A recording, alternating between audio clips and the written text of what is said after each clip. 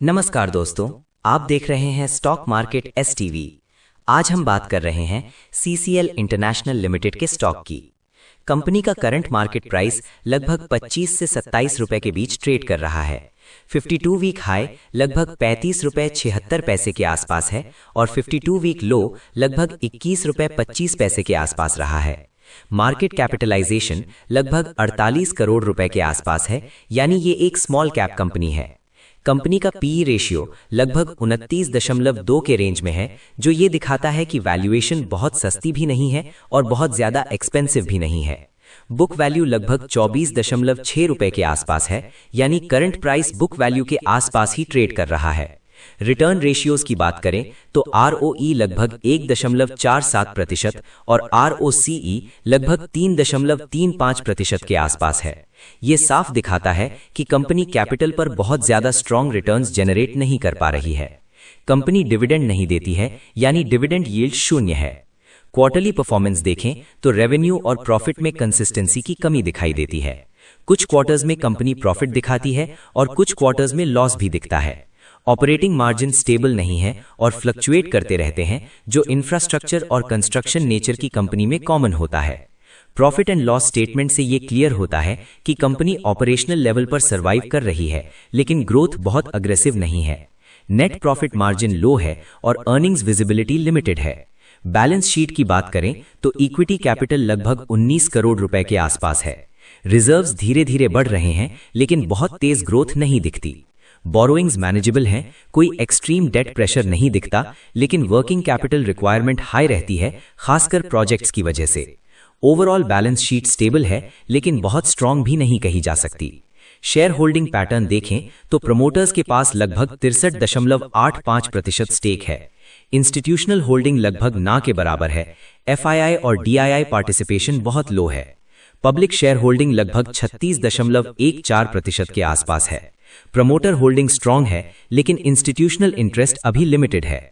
अब technical analysis की बात करते हैं। डेली टाइम फ्रेम पर स्टॉक फिलहाल साइडवेज टू न्यूट्रल जोन में ट्रेड कर रहा है। इमीडिएट सपोर्ट 23 रुपए के आसपास बनता है। अगर 23 रुपए डिसाइसिवली टूटता है तो अगला सपोर्ट 22 रुपए के आसपास और फिर 20 रुपए के जोन में देखने को मिल सकता है। इमीडिएट रेजिस्टेंस 27 से 30 रुपए के बीच है। 30 रुपए के ऊपर स्ट्रॉन्ग क्लोज आने पर शॉर्ट टर्म मोमेंटम इंप्रूव हो सकता है। डेली चार्ट पर RSI न्यूट्रल से स्लाइटली वीक दिखता है और वॉल्यूम बहुत स्ट्रांग नहीं है, जो ये बताता है कि अग्रेसिव बाइंग अभी नहीं आ रही है। वीकली टाइम फ्रेम देखें तो स्टॉक लॉन्ग टाइम से रेंज में ही घूम रहा है। वीकली सपोर्ट जोन 23 रुपए से 21 रुपए के आसपास है। वीकली रेजिस्टेंस 28 से 31 रुपए के बीच आता है। 31 रुपए के ऊपर वीकली ब्रेकआउट आने पर ही long term bullish trend confirm होगा। फिबोनाची लेवल्स के हिसाब से अगर हम रीसेंट हाई और लो देखें तो मेजर रिट्रेसमेंट सपोर्ट 25 रुपए के आसपास आता है और डीप सपोर्ट 22 से 23 रुपए के जोन में बनता है। फिबोनाची रेजिस्टेंस जोन 30 से 32 रुपए के आसपास पड़ता है। टेक्निकल चार्ट ओवरऑल ये दिखाता है कि स्टॉक अभी कंसोलिडेशन फेज में है। ट्रेंड ना तो बहुत स्ट्रांग बुलिश है और ना ही एक्सट्रीम बेयरिश है। अब ओवरऑल ओपिनियन की बात करें। Fundamentally company average to moderate category में आती है। रिटर्न्स लो हैं, ग्रोथ विजिबिलिटी लिमिटेड है और डिविडेंड नहीं है, लेकिन प्रमोटर होल्डिंग स्ट्रांग है और बैलेंस शीट मैनेजेबल है। जो इन्वेस्टर्स पहले से इन्वेस्टेड हैं, अगर आपका बाइंग प्राइस 23 रुपए के आसपास या उससे नीचे है तो 20-21 रुपए के सपोर्ट के ऊपर बने रहने तक होल्ड किया जा सकता है।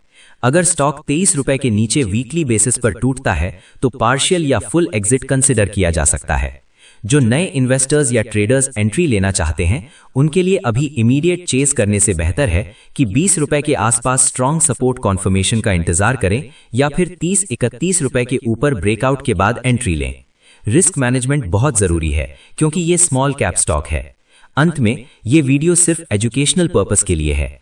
किसी भी इन्वेस्टमेंट डिसीजन से पहले अपने खुद का रिसर्च करें या अपने फाइनेंशियल एडवाइजर से सलाह जरूर लें।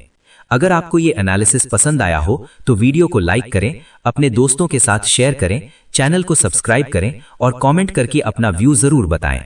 धन्यवाद। मिलते हैं अगले वीडियो में।